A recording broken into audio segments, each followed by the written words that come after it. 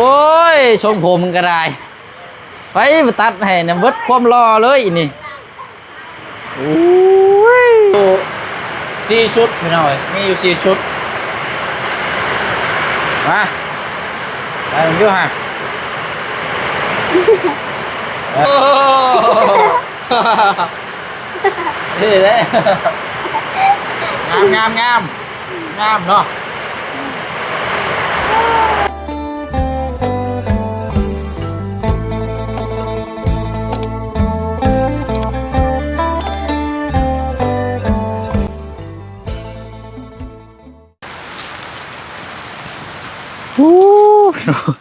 มาฮอดกับฟ้าฝนตกรัดเลยนี่พี่น้องโอ้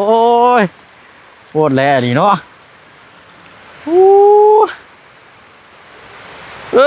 มันนี่ได้โอ้ยน้ำท่วมตกชุดทางเลยพี่น้องเนาะเอาโอ้น้ำทะลักเข้าเฮือนซ่านเพราะว่าช่วงรู้สึกว่าคือฟ้าฝนสิบ่ตกพี่น้องเนาะแต่ว่านัดทางพอสร้างมาดำเนินการเทพื้นนี่แหละพี่น้องเนาะโมเมนต์เฮ็ดเสียเนาะหรือว่าต่อเพิ่งบ่ผิดบ่ถูกแล้วพี่น้องเนาะเฮ็ดนี่ได้อันนี้เนาะโคตรดีๆนี่มาฮอดกับหึ่มเลยฝนนี่ยิ่งมาตั้งแต่อยู่พลานพุ่นมาจากเมืองพลานพุ่นเอาเนาะทางเมืองจังน้อยคันว่ามันอันสิบ่เศร้าอยู่บ่เนาะนะเบิ่งพี่น้องเอ้ยเอาพี่น้องเนาะเดี๋ยวเบิ่งน้ำพูดคุยกับช่างก่อนจักหน่อยเปียกบ่เลยนี่เนาะเดี๋ยวจังขึ้นไปเบิ่งพี่น้องพลักอยู่เทิงพลักกินนี่โคตรดีๆนี่มากค่ะกับฟ้ากับฝนนี่ดีพี่น้องเอ้ยแต่ว่าข้าเจ้าก็แจ้งไว้แล้วว่า18ถึง5วันที่21ฝนพายุเข้าอีกหัวนึงว่าซั่นพายุอีกลูกนึงแต่ว่ามามื้อนี้ก็บ่เดินทางวันที่18กับฝนก็ตกพอดีเนาะเอาพี่น้องเด้อเนาะสบายดีและสวัสดีพ่อแม่พี่น้องนำกันเบิดสุขุสุคนพี่น้องเนาะแต่ว่าเดินทางมาฮอดก็เกือบบ่าย3 โมง 2 โมงนี่แหละพี่น้องเนาะก็ให้ทางก่อสร้างเพิ่นมาดำเนินการตัวนี้แหละพี่น้องเนาะเพราะว่างบเฮาแล้วก็เป็นอุปกรณ์นี่ก็น่าจะพอน่าจะเพียงพอนะพี่น้องเนาะตามที่ผู้เสียงไล่เบิ่งแต่ว่ายังบ่ทันได้เฮ็ดหยังซะเนาะพ่อเนาะมาก็แม่นเครื่องเชือกเนาะเครื่องโอ้ยเนาะพี่น้องจักสิว่าแนวใดเนาะทางผู้เสียงก็เร่งก็ย้อนว่านี่ได้พี่น้องเอ้ยมันแดดแล้วก็เวียกงานก็สิให้พี่ให้น้องติดตามเบิ่งนำกันว่าซั่นพอขึ้นมาแล้วก็บ่คือคิดเลยยิงมาตกมาตั้งแต่อยู่เมืองพารานไซพี่น้องเอ้ยพารานไซเมืองพินเชตมวกไหลมาตกยาวหนักขนาดเลยโคตรดีๆอันนี้เนาะ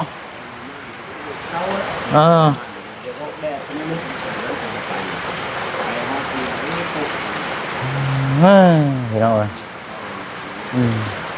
เอากะมีแต่ว่า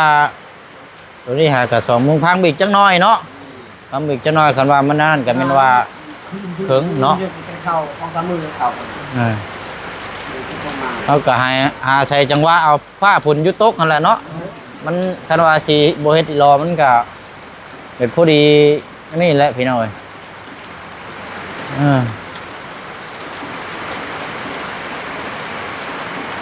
กบไม่กบต่อกับคันว่ามันนั่นก็อยู่นี่ก็ได้บ่นี่กบอยู่ใต้ตารางนี่ก็ได้ไม่ยากหรอกกบข้างก็ตีไปพุทธ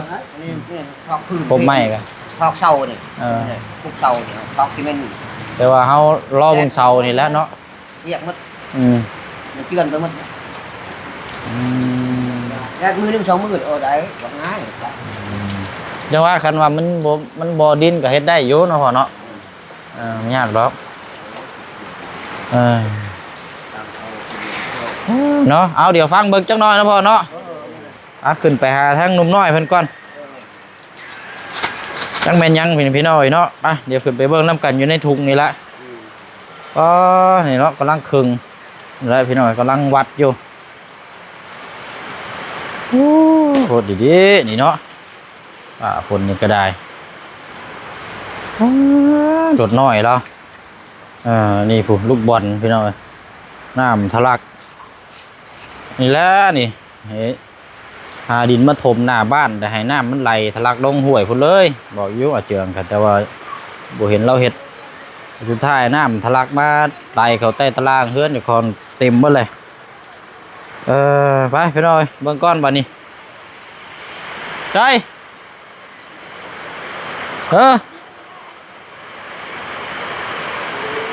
ไหนดิเป็นนี่ไหนดิเปิดประตูก่อน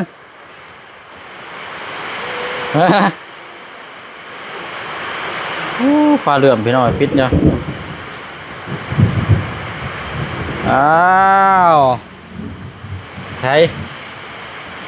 เปิดบ่ได้บ่นี่เปิดได้ไหมนี่เนาะเปิดก่อนโอ้ยชงผมก็ได้ไปตัดให้เนี่ยวัดความรอเลยนี่โอ้ยว่าไปตัดผมให้นะวัดความรอเลย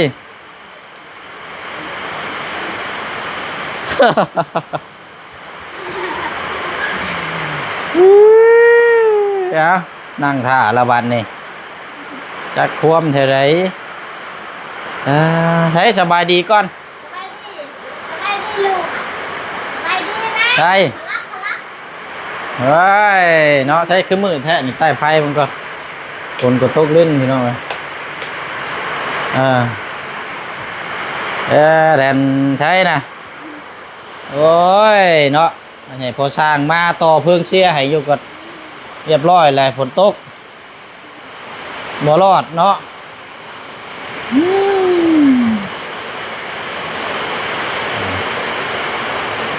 คือหาวนอนละบัดนี่บ่คือหาวนอนเลยฝนพี่น้อยเนาะโคตรแหละนี่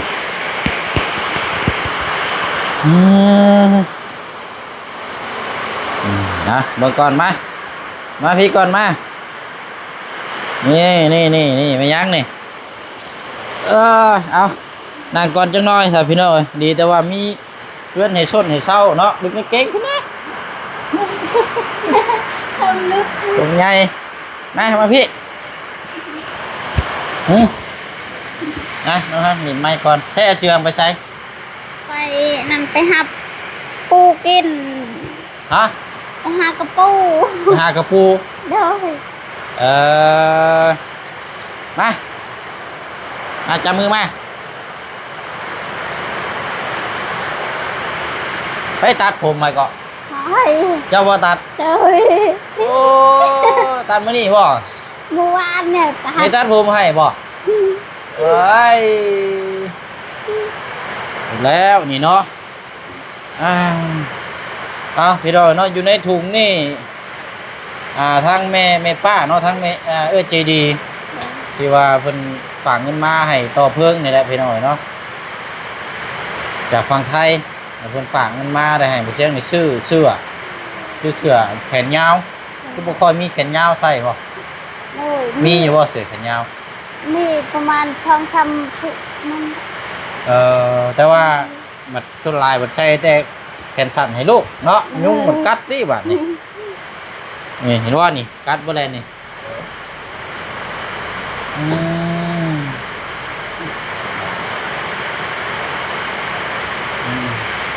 ต่อไพ่บอก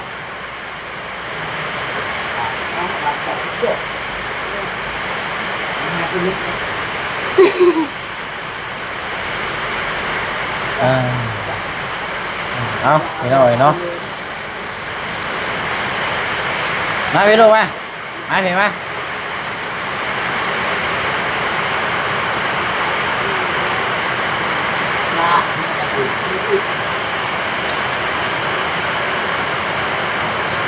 งั้นจะลงไปข้างล่างก่อนนะ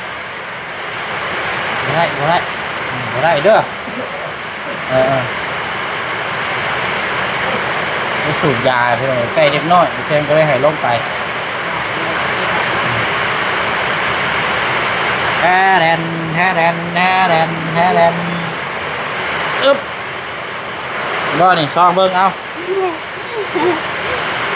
ว่ามือสองมืออื่นคือจ่อยเนาะคือมองใช่ป่ะ เราจะท้อง เจ็บท้องนี่ไงอ้าวเจ็บท้องบ่นี่บ่ใส่ลงท้องเลย ท้องท โอ้ยเอานี่ไม่มาป่ะ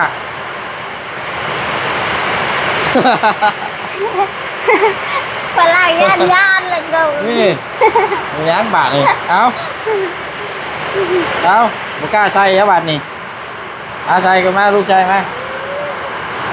โอ้โห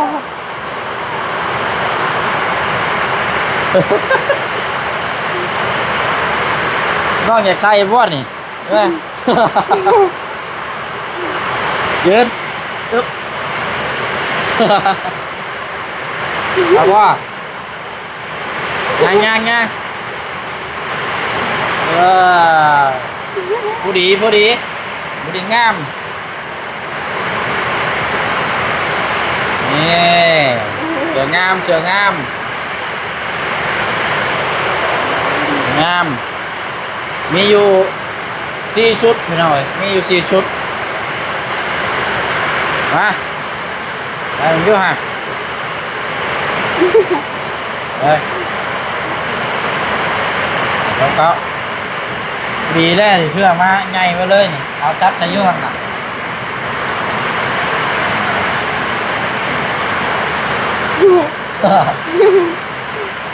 นี่ดีดิเกิดมาดิ อยู่อะ ดูกันโอ้นี่แหละงามเนาะ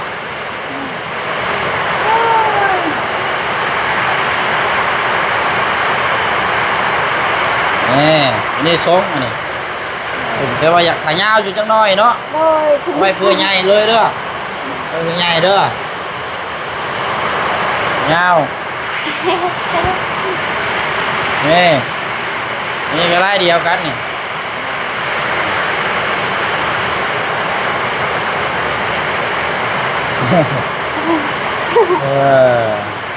มีอยู่ที่นี่กางเกงอันนี้กันนี่เกง3 ตัวก็ไอ้มีชื่อมาอยู่4 ชุดสีดำเนี่ยว้ายคักแล้วอ่ะเนี่ยแล้วย่านเนาะเกือบวันนี่อันนี้อีกชุดนึงนี่เอาไว้ใส่นี่เก่งงามชอบมึงไงซักก็ง่ายได้มันแห้งง่าย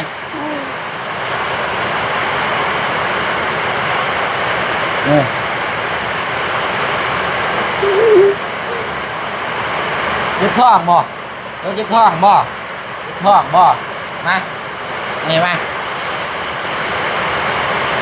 มีว่ามีดออกมา ไม่อยู่นั่น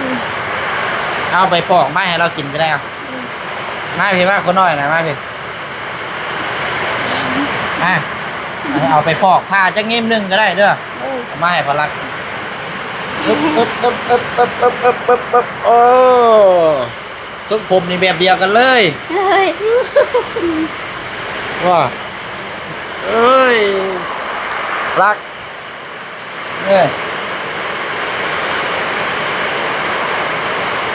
ไปมาได้แหละ ฮะ เล่นไปมาได้ อันยามมากก็ได้เอาแหละเจ็บท้องมาฮอดกับเจ็บท้องอะไรพี่น้องเบิ่ง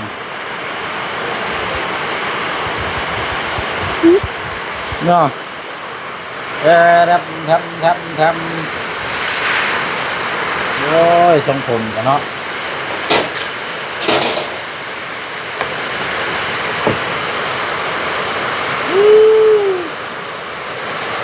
วนละบาทนี่ผม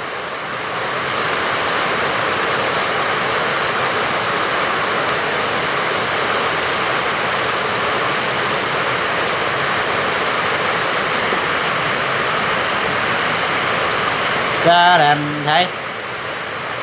บ่น้องนี่อะหอมแก้มน้องนี่มาเดี๋ยวนะ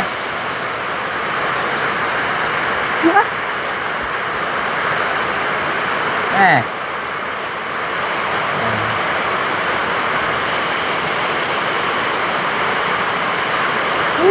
ฝนตกไปแล้วไงก็ยังบ่ค่อยได้ยินปานใดมาฮอดกะนี่แม่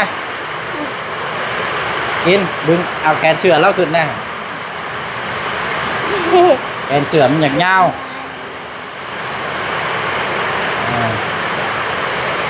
ทอดเอาก็ได้หรอก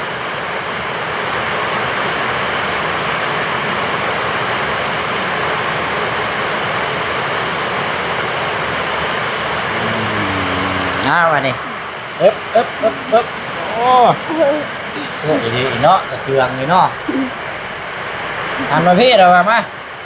อันมานี่มาพี่เย็บท้องจำบ่จ้าน่ะพวกจังว่าคือสิวโพกเนาะช่องมือนี่ช่องมือช่องมือ เย็บท้อง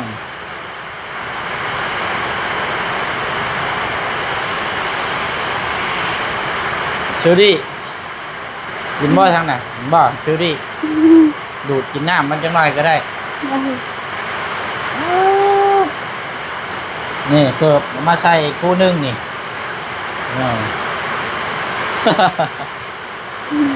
กูดีเลยเด้นี่โอ้ยเนาะพี่น้อยฟ้าฝนตกก็ยังกระบงรู้เรื่องเลยบาทนี่ยุดไหนบ่นี่เนาะน้ำไหลเขาใต้ตารางเรือนรอเปียกเบ่ไร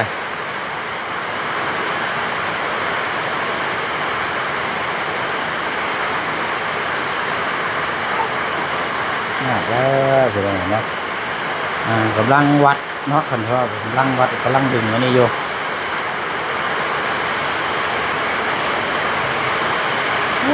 เป็นยังไงแซ่บอยู่บ่แซ่บอยู่บ่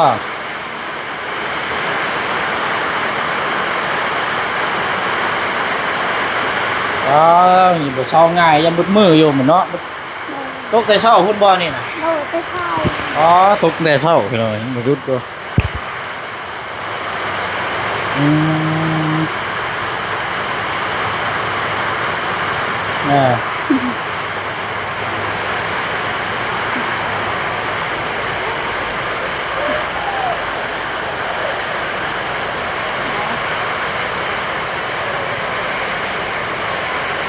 เป็นนี่ไรโอ้ยไก่บ่ตัดเอานี่นะโดยตัดผู้นี้นะก็จะตัดผู้นั้นบ่ตัดผู้นี้ก่อนตัดผู้นั้นก่อนโดยตัดพลักเอง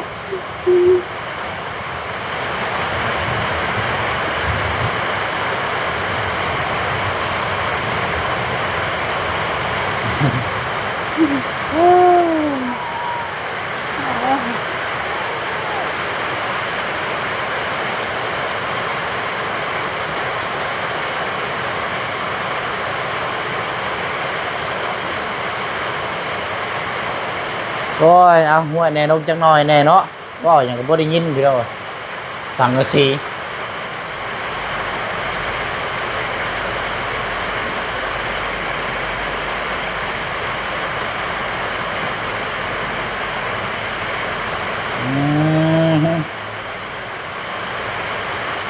เอาแหละฟังเบิ่งจังน้อยเนาะทางเวียดตัวนี้ก็สร้างเนื้อถ่ายอยู่นี่อยู่พี่น้องคันว่ามันห้วยได้ระดับนึงก็แม่นว่าพุทธทางไว้แล้วก็เอาปูนมาย่อแล้วก็ตั้งไว้พี่น้องตั้งเสาไว้แต่ว่ายันนี่ละเบิ่งน้ำฟ้าฝุ่นนี่แหละสมยุทธ์ก็ประมาณจัก2-3 ชั่วโมงนี่ก็ได้อีกแล้วพี่น้องทางเสาไว้มันจะแข็งโตไว้อยู่แล้วนึกว่าเดินทางขึ้นมาเมื่อนี้โอ้ดีใจแล้วว่าฝนเพิ่งจะตกละเพิ่งสีเวียนงานนี่ปะ คือแล้วมาโดดบ่คือคิดพี่น้องเอ้ยตกมาตั้งแต่อยู่ดงเห็นพุ่นไล่มาฮอดพารานจนฮอดตับเซโปนเลยโอ้ยพลักนะบอกลุงโอ้บอกลุงว่าเดินทางมาก็ตกเด้อเนาะ เอาพี่น้องเนาะถือว่าไปไว้มาไว้แหละตามที่เฮาแจ้งไปแหละเนาะเพราะว่านี่แหละพี่น้องเนาะก็ขึ้นมาติดตามเวียกงานน้ำแน่เนาะวันนี้ก็3:00 ปลายแล้วพี่น้องจักสิจังไดต่อแล้วบัดนี้เนาะคันว่านั่นก็สิทางเบิ่งผลเศร้าจังน้อยเพิ่นยิงตะเก็ดไปทางแม่น้องเอิงนำพี่น้อยทางน้องอ่อนน้ำแน่เนาะเอาละเสื้ออันนั้นเป็นเสื้อแขนยาวเริ่มมีอยู่4ชุดเด้อชุดมันก็ประมาณนี้แหละพอดีแล้วเพื่อเราใหญ่เนาะเพื่อเราเนี่ยให้วันนั้นเป็นเสื้อผ้ากีฬาหรือเวลาซักมันแห้งง่ายนี่มันคือผืนผ้ายืดเสื้อแขนยาวน่ะ4ชุดกับเกิบนี่แหละพี่น้อยกับอันดานี่แหละเนาะกับบังไม้มาตอกนั่นแหละมาให้ทั้งผู้บ่าวน้อยเพิ่นและทั้งสิมากินล่ะเนาะโอ้เห็นมันง่ำอยู่อันนี้ก็ทางพี่เพิ่นฝากมา800 บาทพี่น้องเนาะทางเชียงมีซื้อเสื้อซื้อมา4ชุดก็ตามเงินทางพี่เพิ่นฝากมาเนาะบัดนี้ก็ใส่เสื้อแขนยาวให้เราเด้อจ้อนเอาก็ได้จ้อนเอาว่ายุงมันหลายมันอย่างใหญ่ในนิดนึงเลยดึงเอาแล้วเนาะเอาละแห่นเอาเฮ็ด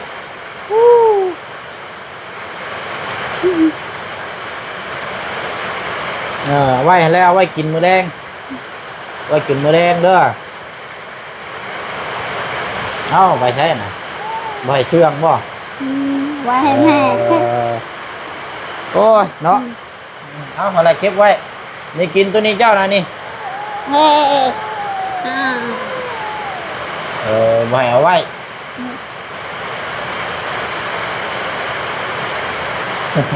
ตุ่มโอ้ยเนาะกัดเองนะพี่น้องเนาะกะว่าสิคุยเรื่องงานกับว่ายังบ่ได้เลยพี่น้องว่าฝนตกไม่แต่ว่าชื่อเสือครับมานานี่แหละไม่ทั้งเขาลักน้อยเนาะจากทั้งที่เพิ่นฝากมานี่แหละพี่น้องเนาะยังบาทนี่โดคือดีแล้วบาทนี่เนาะแห้งลงมาตลอดถ้าเลยน้องฮั่นไม่ใช่ว่าและปากขมุกกับใจเอื้อยเพื่อนเนี่ยคือเสือมาให้รักเนี่ยเด้อเอาไอ้ก้อนเนี่ยทั้งที่เพื่อนได้เนาะขอบคุณค่ะคือจะดีเวลาเด้อขอคือจะดีไม่แห้งขอหายในมันคนเนื้อขอหายสุดแข็งกายขอหายสบายทั้งใจเด้อมันรับพอได้เงินมันเป็นพอได้เงินแทนพัฒนาสิ่งใดขอให้เอ้ยได้ชิ้นนั้นขอหายเอ้ยสุขภาพร่างกายแข็งแรงขอให้ไปใส่มาใส่หายสำรอดปลอดภัยขอให้เทวดาหักแพงสา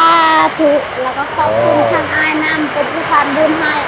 ขอให้เจริญก้าวหน้าเด้อจะมีต่อไปขอให้ไปใส่มาใส่หายสำรอดปลอดภัยเด้อสาธุแล้วก็ขอบคุณFCเบิร์ดคูทุกคนสาธุอะไรเนาะนี่กินตัวนี้กินตัวนี้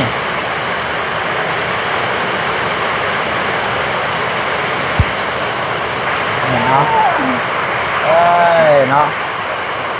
อะไรสนอมีแต่ว่าฟังเบิ้งคันว่าผ้าผุนมือเข้าเด็กตะแรงอาจจะเข้ามาอีกทีนึงเด้ออันนี้ผุนเข้าก่อนพี่น้องเนาะบ๊ายบายก่อนบ๊ายบายป้าลุงอ่ะบายสาวพี่น้องเนาะลำลาก่อนเด้อพี่น้องเนาะเดี๋ยวถ่ายยังบ่ค่ำเดี๋ยวก็จังมาต่อกันอีกเนาะพี่น้องเนาะเพราะเขาเบิ่งผ้าผุนนี่แหละพี่น้องมันตกแบบแดดนะพี่น้องคือสิเศร้าง่ายอยู่ดอกเนาะเอาขอบมุกขอบใจทั้งพี่น้ำลายเด้อพี่เด้อเนาะคอยทั้งพี่จะมีแต่สุขภาพร่างกายแข็งแรงพลาไม้โรคภัยไข้เจ็บเนาะมีการมอบเสื้อผ้าหน้าแพรทั้งพี่ฝากเงินมากให้ซื้อจัดแจงให้พลักแล้วได้ใส่เนาะก็ถือว่าใหญ่น้อยนึงเนาะพอดีแล้วเราอยู่เราโตให้เราใหญ่ก็พอดีงามเนาะเอาบายเด้อเนาะสุขทางกายสบายทั้งใจทั้งผู้ให้แล้วก็ทั้งผู้รับผู้เบิ่งผู้แย่งผู้ชม